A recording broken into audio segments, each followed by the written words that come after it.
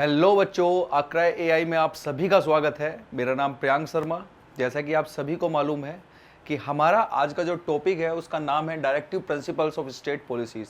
बेटा, आप सभी लोग जानते हो directive principle of state policies के बारे में। आपका कोई भी एग्जाम है, कोई भी वनडे एग्जाम है, उस एग्जाम में इससे एक आधा क्वेश्चन आपको मिल ही जाता है आपके एग्जाम में।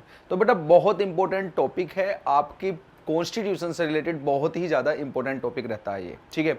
अच्छा, इससे पहले हम लोगों ने पढ़ा था फंडामेंटल राइट्स के बारे में। जब हमने फंडामेंटल राइट्स के बारे में पढ़ा था तो हमने जाना था कि जैसे हमारे फंडामेंटल राइट्स होते हैं वो जस्टिएबल होते हैं। जस्टिएबल मतलब कि अगर हमारे फंडामेंटल राइट्स हमसे छीने जाते हैं, कोई बात होती है, तो हम उन्हें जुडिशरी में जाके हम बात कर सकते हैं। लेकिन ये जो आपके directive principle of state policies हैं बेटा, इनके लिए आप किसी भी कोर्ट में नहीं जा सकते। अब कहने लग जाओ कि सर ये directive principle of state policies, बेटा इसमें पॉलिसीज के बारे में बात की गई है।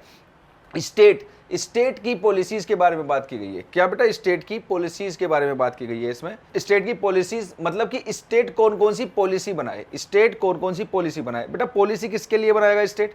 पॉलिसी किसके लिए बनाएगा सर? स्टेट जो पॉलिसी बनाएगा, स्टेट पॉलिसी बनाएगा सर, स्टेट के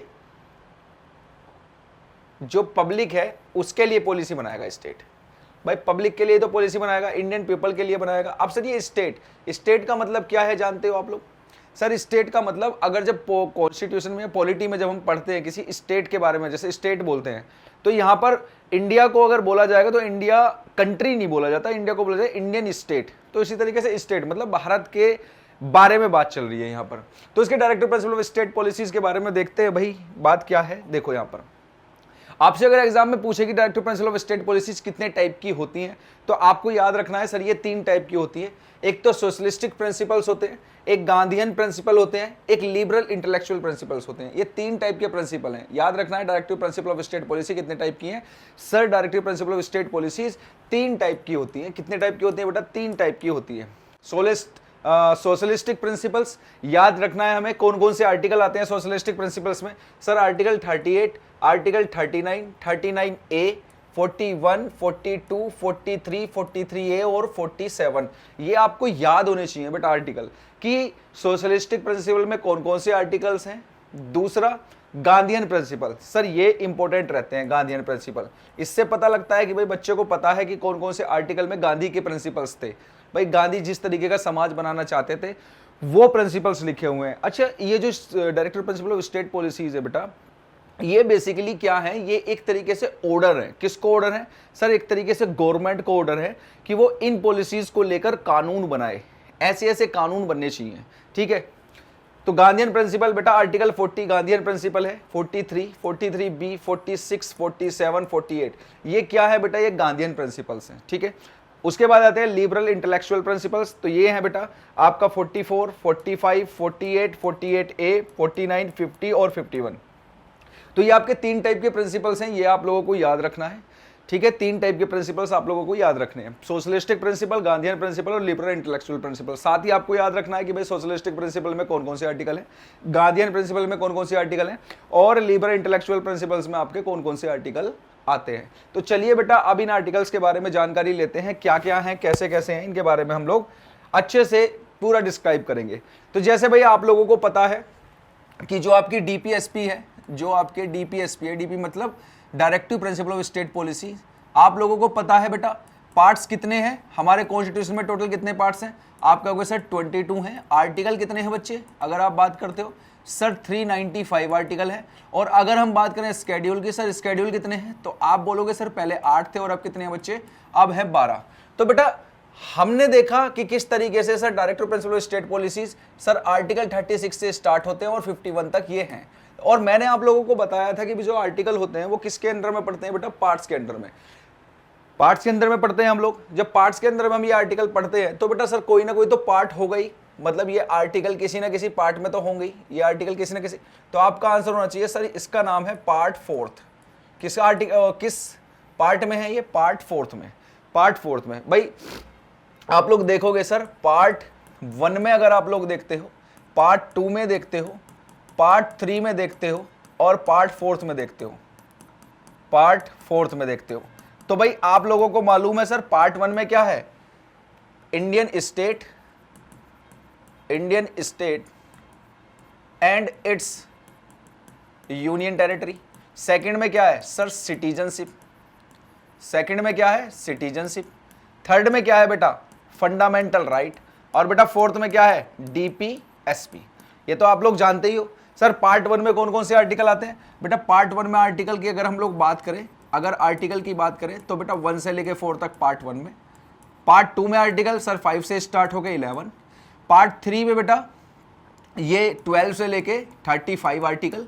और बेटा पार्ट 6 में कितने आर्टिकल है? वो पार्ट 4 में कितने आर्टिकल हैं सर? 36 से 51 आर्टिकल।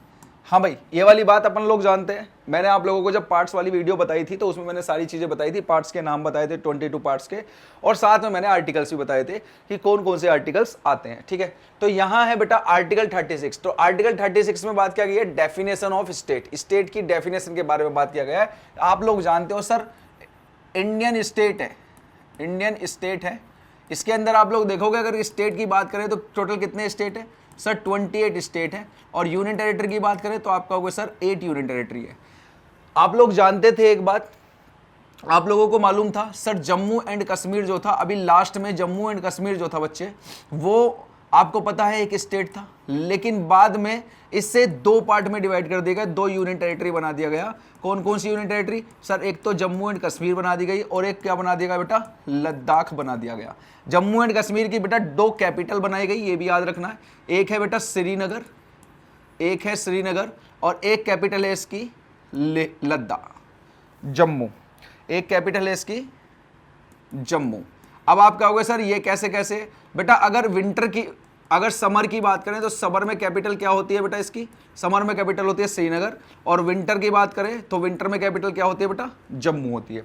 सेम ऐसी लद्दाख की भी कैपिटल बनाई गई, क्या है बेटा लद्दाख की कैपिटल? लेह।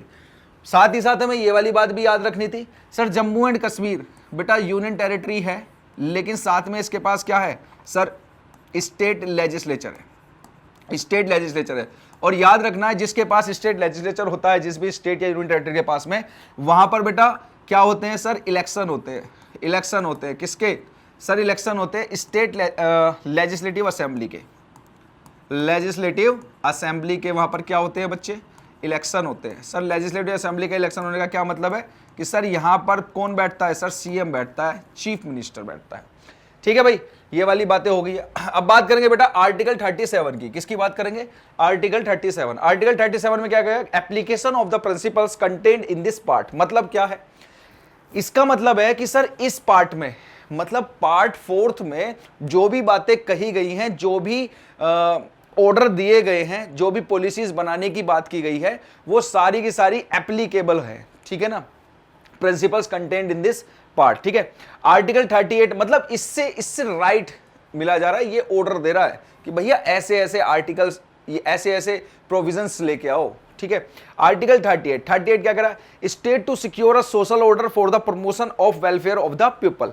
तो यहां पर 38 क्या कह रहा है? 38 बोला है कि भाई इस तरीके के कानून बनाओ, ऐसे ऐसे लॉ लेके आओ भारत देश में, जिससे वेलफेयर ऑफ पीपल, मतलब पीपल के भलाई के काम हो सके, लोगों के भलाई के लिए काम हो सके। ठीक है ना? State to secure a social order for the promotion of welfare of the people. ठीक है, आगे देखते हैं बच्चे। आगे article 39 citizen man and women equally. बेटा यहां पर सिटीजन्स मैन एंड वुमेन। अब आपका क्वेश्चन होगा कि सर सिटीजन डालने की क्या जरूरत थी, मैन और वुमेन? बेटा सिटीजन का मतलब है कि सर भारत देश में रहने वाले जितने भी लोग हैं जो भारत के सिटीजन हैं, अब वो औरत हो, आदमी हो, बच्चे हो, मतलब सबके लिए बात की है, इक्वालिटी की बात की गई है। आप मुझे एक बात बताओ सर, अगर एक बच्चा है, आप मुझे एक बात बताओ, अगर आप सीजीएल में सिलेक्ट हो गए, सीजीएल आपने क्लियर कर दिया, आप एक्साइज इंस्पेक्टर बन गए, आप एक्साइज इंस्पेक्टर बन गए। ठीक है, तो भाई एक मेल है, एक फीमेल है। ठीक है, मेल और फीमेल है। अब एक्साइज इंस्पेक्टर ये भी बन गया है, मेल भी और फीमेल भी बन गया है। और बेटा किस डेट में बन गया है? आप कहने लग जाओ सर, ऐसे मान के चलो कि सर 23 नवंबर 2026 में ये बन गया है। 23 नवंबर 2026 में बन गया है, दोनों के दोनों इनकी ज्वाइनिंग है। तो आप मुझे एक बात बताओ, जो ऐसा थोड़ी देखने के लिए मिलेगा सर, इसकी सैलरी और इसकी सैलरी, दोनों की सैलरी में डिफरेंस होगा कि ये मेल है तो इसकी सैलरी कर दो भाई 60 के और ये फीमेल है और इसकी सैलरी कर लो भैया 45 के, ऐसा थोड़ी देखने के लिए मिलता है। इक्वालिटी है या नहीं है, जो फैसिलिटीज इसको है वही फैसिलिटी इसको है। तो यहां पर बात की गई है कि भैया ऐसे कानून बनाओ जिससे आदमी, औरत और साथ ही साथ जो सिटीजन है वो सब क्या रहे, इक्वल रहे, have the right to an adequate means of livelihood. Article 39A। अब यहां पर देखो बेटा, आर्टिकल 39A की अगर हम लोग बात करें तो यहां पर बात की गई equal justice and free legal aid, equal justice and free legal aid. आप मुझे एक बात बताओ, ये बात हम लोगों ने पढ़ी थी या नहीं पढ़ी थी? सर जब हम फंडामेंटल राइट पढ़ रहे थे तो उसमें हमने देखा था आर्टिकल 14, और आर्टिकल 14 में क्या कहा गया था? आर्टिकल 14 में क्या कहा गया था बेटा? आर्टिकल 14 में बात की गई थी इक्वल लॉ की, इक्वल लॉ। मतलब मैंने आप लोगों को समझाया था, नहीं देखी है फंडामेंटल राइट की वीडियो तो एक बार जाके देख लेना कि fundamental right article 14 equal law कि भाई इक्वल लॉ की बात चल रही है। तो बेटा कोई पुअर है या कोई रिच है, सबके लिए क्या है, इक्वालिटी प्रोवाइड की गई है। आपने देखा होगा कि गरीब आदमी होता है वो एडवोकेट नहीं कर सकता, उसके पास इतना पैसा नहीं होता।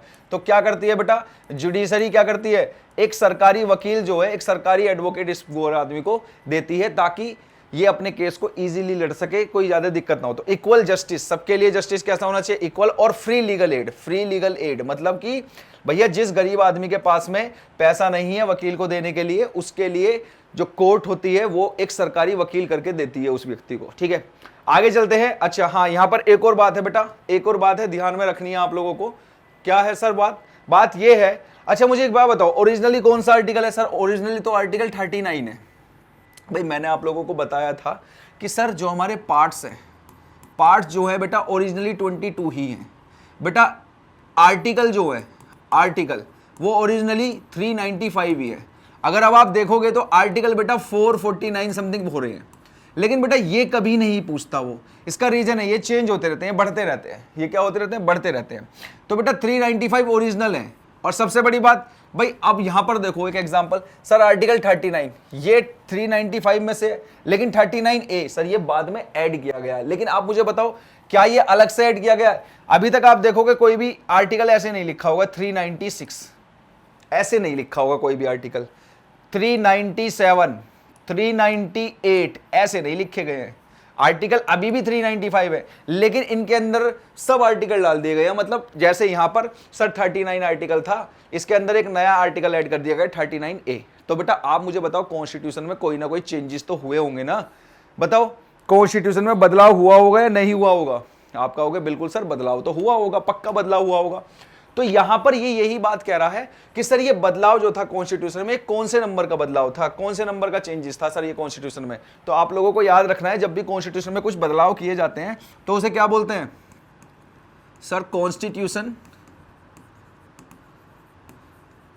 Amendment, constitution amendment act. तो बेटा ये कोई नंबर तो होगा, कोई सा नंबर तो होगा।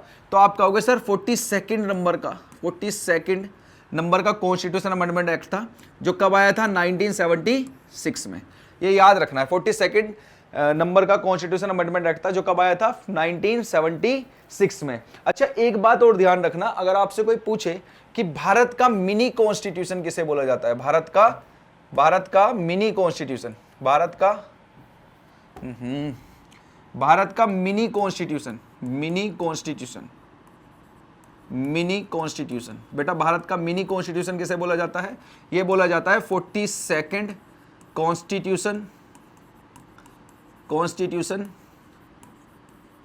अमेंडमेंट 1976। बेटा इस समय पे कॉन्स्टिट्यूशन में सबसे ज्यादा बदलाव किए गए थे, इसी वजह से इसे मिनी कॉन्स्टिट्यूशन ऑफ इंडिया बोला जाता है, भारत का इस अमेंडमेंट को, 42 अमेंडमेंट को। ठीक है, आगे चलते हैं बेटा। आर्टिकल 40 है ऑर्गेनाइजेशन ऑफ विलेज पंचायत। तो आर्टिकल 40 ने क्या कहा सर? ऑर्गेनाइज करो किसको? विलेज पंचायत, ज्यादा से ज्यादा विलेज पंचायत बनाओ। तो विलेज पंचायत बनाने के लिए आप लोगों ने देखा था कि किस तरीके से बेटा हमारे स्केड्यूल में ऐड किया गया था। हमारे स्केड्यूल में एक नया स्केड्यूल 11th स्केड्यूल ऐड किया गया था। अरे किया गया था नहीं किया गया था? 11th स्केड्यूल ऐड किया गया था, 11th स्केड्यूल। और कब ऐड किया गया था? आप कहोगे सर कॉन्स्टिट्यूशन में फिर चेंजेस किए होंगे, तो कौन से नंबर का चेंजेस था? 73rd नंबर का कॉन्स्टिट्यूशन अमेंडमेंट एक्ट आया था। और ये कब आया था बेटा? 1990 1992 में। कब आया था? 1992 में। ठीक है, तो पंचायती राज स्टार्ट हुआ, विलेज पंचायत से स्टार्ट हुई, और जिसके लिए बेटा आप लोगों ने देखा होगा 3 टियर सिस्टम भी चालू किया गया था। 3 टियर सिस्टम भी चालू किया गया था। 3 टियर सिस्टम क्या था बेटा? एक बार देख लो sir. 73rd 1992 11th schedule add किया गया था, और जिसमें सर सब्जेक्ट कितने रखे गए थे? कितने सब्जेक्टों पर काम करती थी ये सर? 29 सब्जेक्ट पे। और आप लोगों ने देखा था 3 टियर सिस्टम भी चलाया गया था। 3 टायर सिस्टम भी चलाया गया था। 3 टायर सिस्टम बेटा कैसा था सर? इस तरीके से 3 टायर सिस्टम था, जिसमें सबसे ऊपर, बीच में और नीचे। नीचे क्या था बेटा? जिला परिषद था, जिला परिषद था। बीच में क्या था सर? पंचायत समिति थी, पंचायत समिति थी, पंचायत समिति थी। और लास्ट सबसे ऊपर क्या था सर? ग्राम पंचायत था, ग्राम पंचायत था। और एक और क्वेश्चन सर, पंचायती सिस्टम जो है सबसे पहले भारत के किस स्टेट ने चालू किया था? फर्स्ट नंबर पे सर, फर्स्ट नंबर पे कौन सा स्टेट था? तो याद रखना है बेटा, वो था राजस्थान। कौन सा था बेटा? राजस्थान था। ये बातें भी आप लोगों को याद करके चलनी है। तो अब मैंने आप लोगों को 39 बता दिया है, इक्वालिटी के बारे में बात की गई है। आर्टिकल 39A में इक्वल जस्टिस के बारे में बात की गई है। 40 में sir organisation of village panchayat को ऑर्गेनाइज करने की बात की गई है। आगे है बच्चे आर्टिकल 41। यहां पर राइट दिया गया है, राइट टू वर्क, काम करने की आजादी, to education and to public assistance in certain cases of unemployment, old age, sickness and disablement. मतलब यहां पर बच्चे याद रखना है आप लोगों को सर, राइट्स दिए गए हैं। किस चीज के राइट्स दिए गए हैं? राइट्स दिए गए सर, काम करने का राइट दिया गया है, एजुकेट होने का राइट दिया गया है। अनएम्प्लॉयमेंट के लिए एम्प्लॉयमेंट के बारे में बात की गई, भैया इनके लिए एम्प्लॉयमेंट बनाओ। ओल्ड एज के जो लोग हैं उन लोगों को सिक्योरिटी प्रोवाइड करो, उन लोगों को कुछ चीजों फ्री करो। उस मतलब ये सारी जो राइट्स है ना, ये आर्टिकल 41 बोल रहा है, आर्टिकल 41 बोल रहा है। तो आप लोगों ने देखा है कि किस तरीके से सीनियर सिटीजन को पेंशन दी जाती है गवर्नमेंट के थ्रू। सीनियर सिटीजन को बहुत सारी जगहों पर रिजर्व रखा जाता है कि नहीं है? आप लोगों ने देखा होगा कि भारत सरकार हर साल एक पोर्शन निकालती है। जैसे आप लोग देखते थे मनरेगा, मनरेगा नाम सुना होगा आप लोगों ने। तो मनरेगा के तहत क्या दिया जाता था सर? लेबर दिया, वर्क दिया जाता था काम करने वाले लोगों को। और अब उसका मनरेगा का नाम चेंज करके जी राम जी कर दिया गया है। खैर कोई बात नहीं, वो सारी बात ठीक है। लेकिन वो जो बनाए गए हैं, जो वो पोर्शन बनाया गया है, वो किस आर्टिकल ने बोला था पोर्शन बनाने के लिए? आप कहोगे सर आर्टिकल 41 ने बोला था कि इस तरीके के राइट्स बनाओ, इस तरीके के पोर्शंस लेके आओ, जिससे लोगों को आराम मिले, लोगों को काम करने की सुविधा मिले, लोगों को एजुकेट होने की सुविधा मिले, ओल्ड एज के लोगों को उनको सिक्योरिटी प्रोवाइड हो। तो इस तरीके के आर्टिकल कौन से, वो इस तरीके के जो लीगल एड है वो किस में दिए गए हैं? आर्टिकल 41 में। आर्टिकल 42 की बात करते हैं, provision for justice and human condition of work and maternity relief. तो यहां पर बेटा ह्यूमन कंडीशन के वर्क और मैटरनिटी से रिलेटेड बात की गई है। मैटरनिटी मतलब याद रखना बेटा, मैटरनिटी रिलीफ एक तरीके से देखा जाए तो मैटरनिटी की अगर बात करते हैं अपन लोग, तो मैटरनिटी में हम लोग बात करते हैं कि सर मैटरनिटी एज अ कि किसी लेडी को बेबी हुआ है, तो आप देखोगे तो लेडी को जो बेबी होगा, जो गवर्नमेंट के हॉस्पिटल्स हैं वहां पर उनको सारी फैसिलिटी प्रोवाइड की जाती है कि नहीं है? आप देखोगे कि गवर्नमेंट के जो हॉस्पिटल है वहां पर जाकर डिलीवरी भी होती है और फ्री, सारी चीजें फ्री की जाती हैं। बेसिकली 1 रुपया ही लिया जाता है वहां पे, जबकि और सारी चीजें फ्री रहती हैं वहां पे। तो ये वाले रिलीफ के भी बारे में बात किस में की गई है? आर्टिकल 42 में बात की गई है। मतलब क्या है कि सर ये जो आर्टिकल है ना, ये आर्टिकल बोल रहे हैं कि भाई इस टाइप के आप रूल्स बनाओ, इस टाइप के आप रूल्स रेगुलेशन बना के लेके आओ देश के लोगों के लिए, ताकि उनको सहूलियत हो। ठीक है। Article 43, to secure a living wage, a decent standard of life and social and cultural opportunities for all workers. मतलब यहां पर क्या बात की गई है सर? वेजेस की बात की गई है। भैया कानून बनाओ, उनको वेजेस मिले, एक स्टैंडर्ड लाइफ स्टाइल मिले, ठीक है, उनको अपॉर्चुनिटीज मिले वर्क करने की, उनको कल्चरल और सोशल अपॉर्चुनिटीज मिले। भाई एक बात बताओ, कोई आदमी है भाई, आप आज देखोगे कि सर अगर हम किसी व्यक्ति को जैसे यहाँ पे हो रहा है कि अगर किसी व्यक्ति को हम बेलदारी के लिए लेकर आते हैं तो उनके साथ एक मिस्त्री आता है, तो मिस्त्री को 700 रुपये और बेटा बेलदार को 600 रुपये।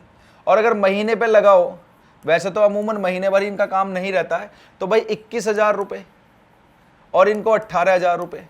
तो बेटा कहा जाए तो ये थोड़ा बहुत अपने घर परिवार को पाल सके, थोड़ा बहुत अपने घर परिवार के लिए ठीक से कर सकें, तो इसके लिए कुछ चीजें सेट की गई हैं कि भैया इतना तो मिलना ही चाहिए, इतना तो होना ही चाहिए, ताकि ये लोग अपने जीवन को अच्छे ढंग से जी सकें, अपने बच्चों को ठीक से रख सकें, उनको अच्छे से पाल सकें।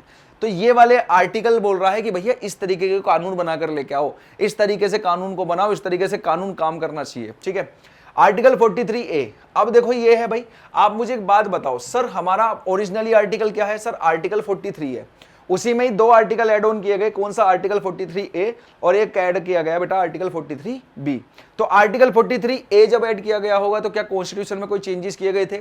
आप कहोगे हाँ सर कॉन्स्टिट्यूशन में चेंजेस किए गए थे। सर कॉन्स्टिट्यूशन अमेंडमेंट एक्ट आया होगा, कब आया था बेटा? आप कहोगे सर ये भी 42 1976 में आया, और बोला गया कि भैया ये काम करो। क्या? Participation of workers is management in industries. मतलब क्या है यहाँ पर? यहाँ का मतलब क्या है सर? यहाँ का मतलब है, सबसे बड़ी बात यहाँ ध्यान रखना है बेटा, एक तरीके से बोनस, एक तरीके से बोनस की बात करते हैं। जैसे बोनस की बात करते हैं, यहां बोला गया कि अगर कोई वर्कर है और वो किसी कंपनी में काम कर रहा है, किसी कंपनी में काम कर रहा है, और इस कंपनी को प्रॉफिट होता है, इस कंपनी को कोई प्रॉफिट होता है, तो उस प्रॉफिट का कुछ शेयर, उस प्रॉफिट का कुछ शेयर किसको देना होगा सर? वर्कर को देना होगा।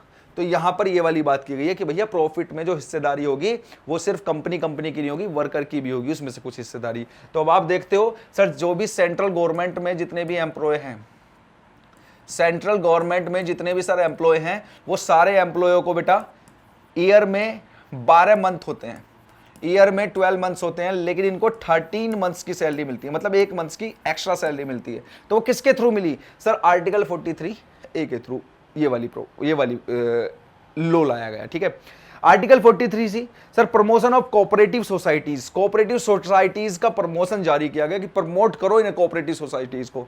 तो सर ये भी किसी ना किसी अमेंडमेंट के थ्रू कॉन्स्टिट्यूशन में एड ऑन किया गया होगा। तो हाँ बेटा, ये कॉन्स्टिट्यूशन अमेंडमेंट एक्ट ये 97th कॉन्स्टिट्यूशन अमेंडमेंट एक्ट था, और ये आया था बेटा 2011 में। ये आया था कब बेटा? 2011 में। ठीक है, तो इसमें कहा गया कोऑपरेटिव सोसाइटीज जो हैं उनको ज्यादा से ज्यादा बनाओ, ज्यादा से ज्यादा बनाने की कोशिश करो। इसके लिए कानून बनाया गया, और आर्टिकल इसके लिए बेटा कानून बनाया गया है, मतलब ये इसमें एड ऑन किया गया और उसके साथ ही कानून भी बनाया गया। ठीक है, आगे चलते हैं। आगे है आर्टिकल 44। देखो भाई बहुत इंपॉर्टेंट आर्टिकल है, बहुत इंपॉर्टेंट आर्टिकल है। इसके बारे में uniform civil code, uniform civil code. Sir uniform civil code, सबसे पहली बात बेटा, सबसे पहली बात अगर बात करें सर यूनिफॉर्म सिविल कोड किसमें है? सर आर्टिकल 44 बोलता है कि यूनिफॉर्म सिविल कोड बनाओ। तो बेटा आर्टिकल 44 ने बोला कि भारत के हर स्टेट में और यूनिटरी हर स्टेट में क्या होना चाहिए? यूनिफॉर्म सिविल कोड होना चाहिए। तो इसके लिए भारत का एक स्टेट था जिसका नाम था उत्तराखंड। क्या नाम था बेटा? उत्तराखंड। तो बेटा उत्तराखंड ने सबसे पहले फर्स्ट टाइम 2025 में उत्तराखंड ने सबसे पहले यूसीसी लागू किया। यूसीसी का मतलब है यूनिफॉर्म सिविल कोड, इसका मतलब है सबके लिए समान कानून। ऐसा नहीं है किसी एक रिलीजन का अलग कानून चल रहा है, दूसरे का अलग कानून चल रहा है, तीसरे का नहीं। यूसीसी का मतलब है कि भैया सबके लिए एक समान कानून रहेगा, सबके लिए कानून में जो चीजें लिखी हुई हैं सेम तरीके से काम करेगी। ऐसा नहीं है कि भाई जैसे आप लोगों ने देखा होगा सर, जैसे एक कैटेगरी ले लेते हैं, जैसे मुस्लिम्स वाली कैटेगरी थी, तो उनका जो कानून चलता था वो मुस्लिम्स लॉ के अकॉर्डिंग चलता था, सिख का सिख कम्युनिटी के अकॉर्डिंग, उनके कानून के अकॉर्डिंग, हिंदू के अकॉर्डिंग, है ना। तो लेकिन यहाँ पर क्या किया गया? यूसीसी मतलब सबके लिए एक समान कानून बनाया गया कि भैया सबका एक इक्वल रहेगा, कोई अलग नहीं रहेंगी चीजें। ठीक है, उत्तराखंड ने सबसे पहली बार। उसके बाद बेटा यहाँ पर फिर गुजरात आया। गुजरात सेकंड नंबर का स्टेट बना, गुजरात सेकंड नंबर का स्टेट बना, ये बना 2026 में, जिसने यूसीसी लागू किया। इस गुजरात के बाद फिर आया बेटा असम। गुजरात के बाद क्या आया, असम। ये थर्ड नंबर का। अभी 3 ही भारत में स्टेट हैं जिनके पास यूसीसी है, जिनके पास क्या है बेटा, यूसीसी है। ये आया था बेटा मार्च में, कभी आप कहो सर, और ये आया था मई में, ठीक है। ये मार्च 2026 में गुजरात में लागू हुआ और मई 2026 में किस में लागू हुआ बेटा, असम में ये लागू हुआ यूसीसी। क्लियर। अच्छा, इनके बारे में थोड़ी सी अगर जब बेटा इनमें जब ये बात की गई है तो एग्जाम में क्वेश्चन भी तो पूछ सकता है कि भाई उत्तराखंड के बारे में ये लोग जानते भी हैं या नहीं जानते। तो सर उत्तराखंड में जो गवर्नमेंट है वो किसकी है, आप कहोगे सर बीजेपी की गवर्नमेंट है। और उत्तराखंड के जो सीएम है उनका नाम क्या है बच्चे, उत्तराखंड के सीएम का नाम है पुष्कर सिंह धामी। पुष्कर सिंह धामी, क्या नाम है बेटा, पुष्कर सिंह धामी, ठीक है। अब सर उत्तराखंड कब बना, तो आप कहोगे सर पहले उत्तर प्रदेश था, उत्तर प्रदेश से अलग हुआ नवंबर 2000 में, और एक नया स्टेट बना जिसका नाम था उत्तरांचल, जिसका नाम क्या था बेटा, उत्तरांचल। और बाद में यही उत्तरांचल बेटा जनवरी 2007 में ये उत्तरांचल अपने नाम को चेंज कर लेता है, रिनेम्ड कर देता है नाम को, और नाम क्या लिख देता है अपना, उत्तराखंड। क्या नाम लिख देता है बेटा अपना नाम, उत्तराखंड। क्लियर। तो ये बात ध्यान में रखनी है। अब बात करते हैं सर गुजरात की, बात कर लेते हैं। सर गुजरात की अगर बात करेंगे तो गुजरात में आप जानते हो बीजेपी की गवर्नमेंट है। सर सीएम कौन है वहां पे, भूपेंद्र भाई पटेल, भूपेंद्र भाई पटेल, ठीक है। अब सर बात करें सर गुजरात कब बना, सर गुजरात बना था सर, एक बॉम्बे प्रेसिडेंसी थी, बॉम्बे स्टेट था, एक स्टेट था बॉम्बे, आप लोगों को मालूम है, जिसका अब नाम हो गया मुंबई। तो बॉम्बे से अलग हुए दो स्टेट बॉम्बे से अलग होते हैं। एक का नाम है बेटा गुजरात, क्योंकि गुजराती लैंग्वेज बोलने वालों ने बोला भैया हम तो गुजरात बनाएंगे। और बेटा एक बना महाराष्ट्र, मराठी बोलने वालों का, ठीक है। तो बॉम्बे से अलग होकर बना। सर कब बना, आप कहोगे सर 1960 में बना, मतलब मई 1960 में बना, मई 1960 में बनता है, ठीक है। गुजरात और महाराष्ट्र कहां से अलग होकर बना है बेटा, ये बना है गुजरात जो बना है बॉम्बे से, और महाराष्ट्र बना है बॉम्बे से, ठीक है। 2 नए स्टेट निकल कर आए। अब बात करेंगे सर असम की। बेटा याद रखना असम पहले से ही था, जब देश आजाद हुआ तब असम था, लेकिन 1963 से लेकर 1987 तक असम से 4 स्टेट निकल चुके थे बच्चे, असम से 4 स्टेट निकल चुके थे। एक का नाम है बेटा नागालैंड, एक का नाम है बेटा मिजोरम, याद रखना किससे निकले हैं ये। एक का नाम है बेटा मेघालय, और एक है बेटा अरुणाचल प्रदेश, ठीक है भाई। ये 4 स्टेट असम से निकल रहे हैं। क्लियर। चलिए, तो ये सारी बात आप लोग समझ गए होंगे, मैंने सारी चीजों के बारे में डिस्कस कर दिया है, ठीक। तो अब आते हैं फिर article 45, provision for early childhood care and education for children below 6 year of age, ठीक है। अब यहां पर बात कर रहे हैं बेटा चाइल्डहुड केयर। आप मुझे एक बात बताओ, कोई बच्चा होता है तो वैक्सीनेशन कराना होता है बच्चे को, वैक्सीनेट कराना, मतलब वैक्सीन लगवानी होती है उस बच्चे को। तो बेटा 2 ऑप्शन होते हैं पेरेंट्स के पास में, या तो प्राइवेट हॉस्पिटल में जाके वैक्सीन लगवा, प्राइवेट डॉक्टर के पास जाके, या सरकारी हॉस्पिटल में जाके आप वैक्सीन लगवा सकते हैं। तो बेटा सरकारी हॉस्पिटल में जो वैक्सीन लगती है वो तो फ्री में ही लगती है, प्राइवेट में पैसों में लगती है। तो ये व्यवस्था किसने बोला करने के लिए, ये व्यवस्था बोलती है बेटा आर्टिकल 45 बोलता है इस व्यवस्था को कि भैया इस तरीके की व्यवस्था बनाओ बच्चों के लिए। अगला आता है article 46, promotion of educational and economic interest of scheduled caste, scheduled tribes and other weaker section. मतलब प्रमोशन करना है, मतलब एजुकेशनल इंस्टीट्यूट में आप लोगों ने देखा ना। हाँ, एक और बात सर, आप लोग बात करते हैं रिजर्वेशन की बात करते हैं, आप लोग रिजर्वेशन की बात करते हो। तो सर रिजर्व जो किया गया है, इस आर्टिकल ने बोला था कि भैया जिन जो जरूरतमंद लोग हैं, जैसे शेड्यूल कास्ट है, शेड्यूल ट्राइब है, या अदर वीकर सेक्शन है, वो जरूरतमंद है, तो उनको बेटा रिजर्व किया जाए, उनको क्या किया जाए, रिजर्व किया जाए। ये आर्टिकल 46 बोलता है कि भैया आप इस तरह के कानून बनाओ ताकि वो रिजर्व हो, उनका प्रोटेक्शन के लिए वो रिजर्व हो, वो आगे बढ़ सकें, समाज के साथ कंधे से कंधा मिलाकर चल सकें, इक्वालिटी के साथ काम कर सकें, ठीक है। आगे चलते हैं भाई। अगला है article 47, duty of the state to raise the level of nutrition, standard of living and improve public health. मतलब आर्टिकल 47 बोल रहा है आप लोगों ने देखा होगा सर FCI भी है, फूड कॉर्पोरेशन ऑफ इंडिया। ये क्या करती है सर? फूड से रिलेटेड चीजों की जांच करती है। आप लोगों ने देखा होगा आबकारी विभाग भी है सर, ये क्या करता है? लिकर से रिलेटेड बात करता है। आप लोगों ने देखा होगा ड्रग वाला विभाग भी है, ये क्या करता है? जितनी भी दवाइयां होती है, मेडिसिन होती है, उनको भी देखता है। आप लोगों ने देखा होगा नारकोटिक्स ब्रांच भी है, ये क्या करता है? देखता है कि भैया कहीं ड्रग की सप्लाई वप्लाई तो नहीं होती है, ड्रग्स तो नहीं वो बिक रहा है।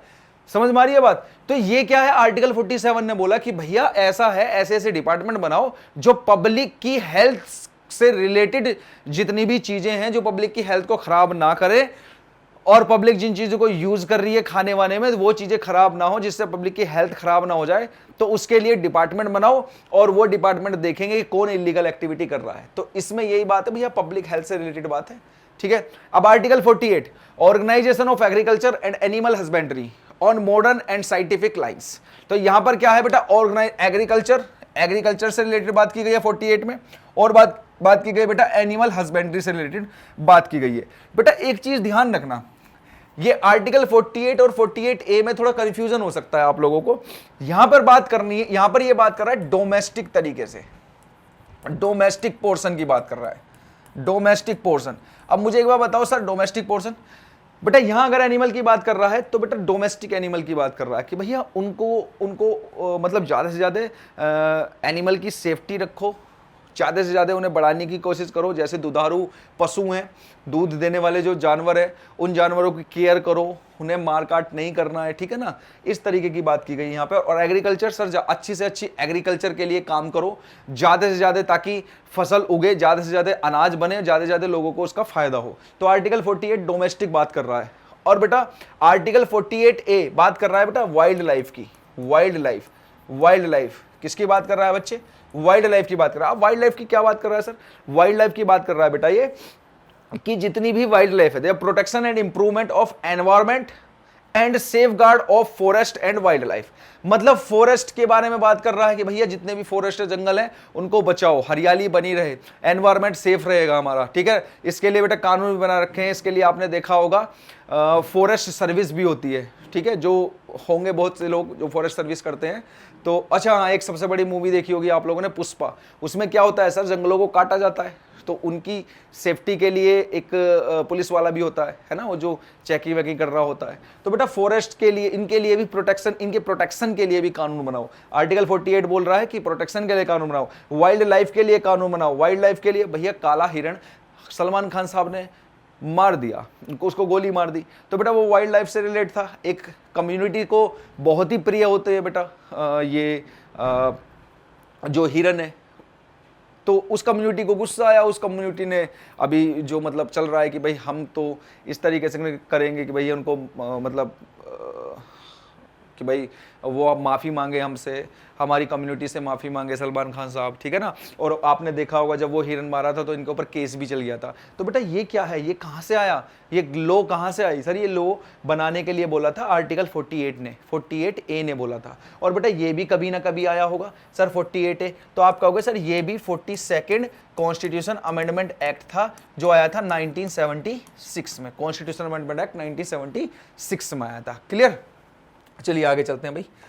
आगे हमारा article 49 protection of monuments, places and object of national importance. बेटा यहां पर बात की गई है जो भी मॉन्यूमेंट्स हैं भारत में, जो भी जगहें हैं या नेशनल इंपोर्टेंस मतलब नेशन के लिए जो इंपॉर्टेंट पोर्शन है भारत देश में जितनी भी हैं, तो बेटा वहां पर आर्टिकल 49 बोल रहा है कि उनके लिए सख्त कानून बनाओ कि कोई इनके जो मॉन्यूमेंट्स हैं, जो प्लेसेस हैं, जो इंपॉर्टेंट चीजें हैं भारत देश में, जो प्राचीन चीजें हैं, उन चीजों की रखवाली करना के लिए कानून बनाओ। कि भैया अगर आप नहीं मानेंगे, जैसे लाल किले पर जाकर बेटा अगर आप लोग ये कर देते हो, ऐसे कर देते हो लाल किले पर जाकर, या आप लोगों ने देखा होगा कि एक मूवी थी पीके, तो पीके क्या करता है, मॉन्यूमेंट्स मतलब यहाँ लाल किले के पास में ही बाहर की दीवार होती है, उस पर सुसु करने लगता है, तो पीके को पकड़ के ले जाते हैं। मूवी देखी होगी आपने। किस लिए ले जाते हैं सर? वो उसको नुकसान पहुंचा रहा है जो मॉन्यूमेंट्स हैं, आप बेटा ताजमहल को नुकसान नहीं पहुंचा सकते, लाल किले को नुकसान नहीं पहुंचा सकते, मतलब जितने भी इंडिया के मॉन्यूमेंट्स हैं उनको नुकसान नहीं पहुंचा सकते, जो भी मेन प्लेसेस हैं उनको नुकसान नहीं पहुंचा सकते। पहुंचाओगे तो क्या कर रहे हो आप, इलीगल एक्टिविटी कर रहे हो। क्यों? क्योंकि आर्टिकल 49 ने बोला था कानून बनाओ, और गवर्नमेंट ने कानून बना रखे हैं। आर्टिकल 50 है separation of judiciary from executive in public service of the state. तो यहां पर बेटा सेपरेशन की बात की गई है। बेटा देखो 3 तरीके से काम चल रहा है भारत देश में। एक होता है बेटा आपका लेजिस्लेचर, एक होता है आपका लेजिस्लेचर, एक होता है बच्चे एग्जीक्यूटिव, एक होता है एग्जीक्यूटिव, और एक होता है बच्चे जुडिशियरी, एक होता है जुडिशरी।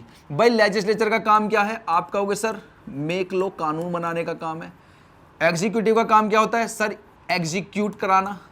क्या एग्जीक्यूट? सर जो ये कानून बनाया इसको एग्जीक्यूट कराना।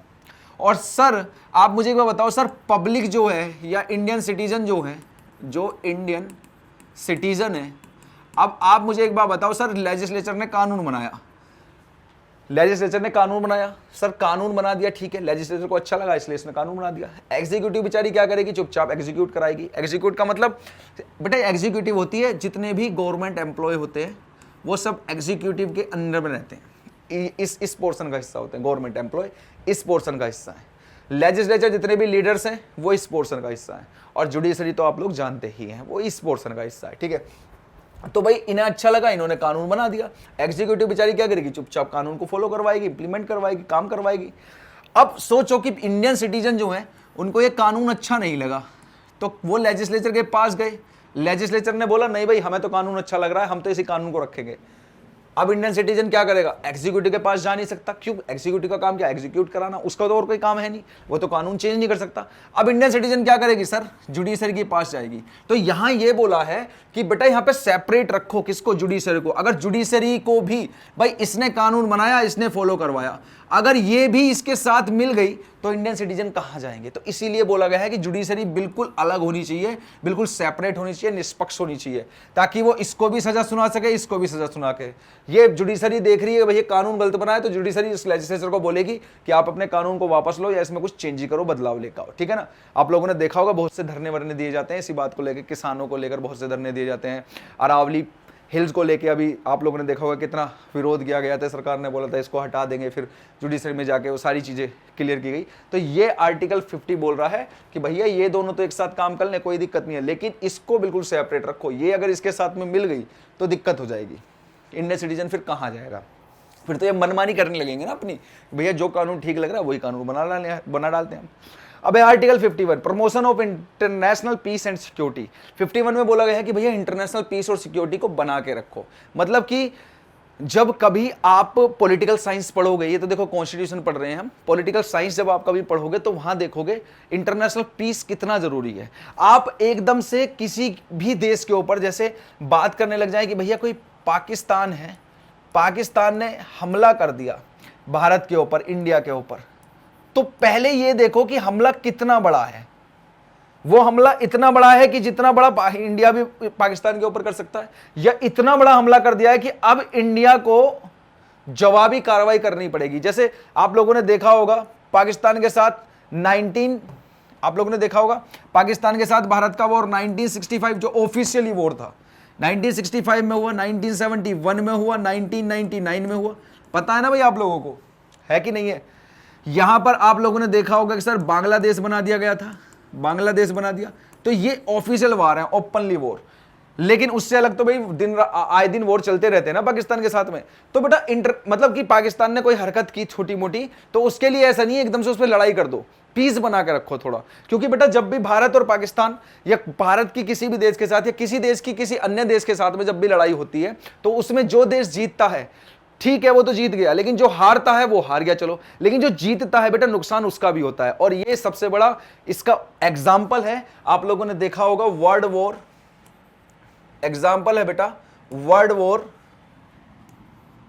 वॉर सेकेंड, जिसमें आप लोगों ने देखा था सर यूके जो था, यूनाइटेड किंगडम जो था, वो जीत गया था, लेकिन जीत के भी क्या हो गया था सर, वो हार गया था। क्योंकि उस समय इसकी पावर इतनी कम हो गई थी, इसकी सैन्य शक्ति कम हो गई थी, इसका पैसा कम हो गया था, इसके हथियार इतने कम हो गए थे कि अब ये जो जिन देशों को कंट्रोल में कर रहा था उन देशों को इसको छोड़ना ही पड़ा। कास्ट वर्ल्ड वॉर सेकंड आप लोगों ने देखा था सर अगस्त 1945 में ये खत्म हुआ। और बेटा आप लोगों ने देखा कि 15 अगस्त 1947 मतलब 2 साल के अंदर इन्हें भारत देश को भी आजाद करना पड़ा। ठीक है बेटा, बहुत सारे कारण थे, बहुत सारी चीजें थी जिसके वजह से भारत देश हमारा आजाद हुआ। अगर काश ये वर्ल्ड वॉर सेकंड नहीं हुआ होता तो अभी भी भारत देश को 1947 में आजादी नहीं मिलनी थी। इसको कम से कम आजादी मिलने में अभी 10 से 15 साल और लग जाते, 10 से 15 साल और लग जाते आजादी मिलने में। ठीक है, तो बेटा यहां पर देखो जीता, लेकिन जीत के भी बहुत सारी जगहों को हार बैठा है। तो यहां पर यही बात की गई है कि promotion of international peace and security, international peace और सिक्योरिटी को प्रमोट करना है, उनको बना के रखना है। क्लियर?